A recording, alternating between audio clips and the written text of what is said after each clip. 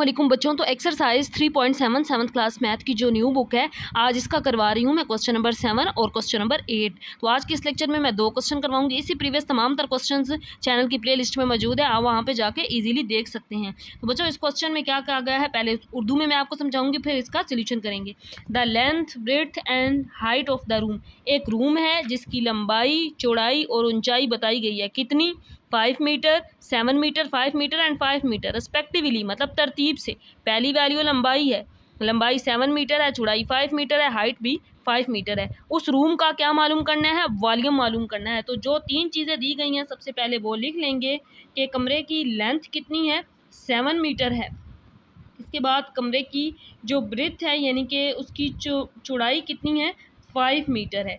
इसके बाद उस रूम की हाइट बताई गई है और हाइट की वैल्यू भी 5 मीटर है।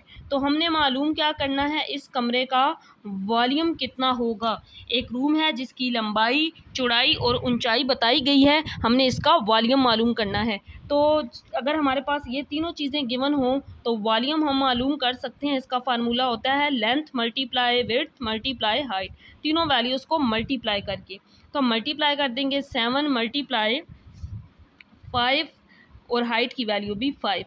तो इनको मल्टीप्लाई कर देंगे और मल्टीप्लाई करने से तीनों का आंसर आ जाएगा 175। 5 7 ज़ार 35, 35 को 5 से करेंगे तो 175। तीनों का यूनिट मीटर था, तो यहाँ पे आ जाएगा मीटर क्यूब। तो ये वैल्यू आ गई। Volume of the room is 175 metre cube, ये इसका आंसर होगा। जो इसके बाद है क्वेश्चन नंबर 8, जिसमें ये कहा गया है अ वेल। वेल का मतलब होता है कुआं। ऑफ 2 मीटर रेडियस, एक कुआं है जिसका रेडियस 2 मीटर है। इज डिग 100 मीटर डीप, उसको खोदा गया है। डिग होता है खोदा, डीप गहराई, यानी कि कुएं की जो गहराई उसको खोदा गया, उसकी गहराई तक, तो वो कितना है, 2 मीटर है। मतलब ये कि 2 मीटर दास का एक कुआं खोदा गया है। कितना कितना गहरा खोदा गया है, कितना deep, 100 metre deep. Find the volume of the well, उस कुएं का हमने वॉल्यूम मालूम करना है। तो इसमें जो जो चीज़ें गिवन है हम वो लिख लेंगे। सबसे पहले रेडियस ऑफ वेल, कुएं का रेडियस कितना दिया गया है, 2 मीटर दिया गया है। इसके बाद ये कहा गया है कि डेप्थ, यानी कि ये उसकी जो वैल्यू है डेप्थ की है। उस कुएं की डेप्थ कितनी है, डेप्थ ऑफ वेल, तो उसकी जो गहराई डेप्थ है, जो खुदाई की गई उसकी, वो 100 मीटर तक की गई। ये इसका आंसर आ गया। यानी कि अब हमने इसका क्या मालूम करना है, वॉल्यूम ऑफ द वेल। यानी कि हमने अब इस जो वेल है इसका वॉल्यूम मालूम करना है। तो यहाँ पे वॉल्यूम मालूम करेंगे हम। अब यहाँ पे हमारे पास 2 वैल्यूज़ हैं, एक रेडियस और दूसरा ये जो उसकी गहराई हमारे पास है, ये इसकी हाइट कहलाती है। इसको हम एच से डिनोट करेंगे। अब वॉल्यूम मालूम करने के लिए फार्मूला हम क्या लगाएंगे, ये फार्मूला है पाई आर स्क्वायर एच।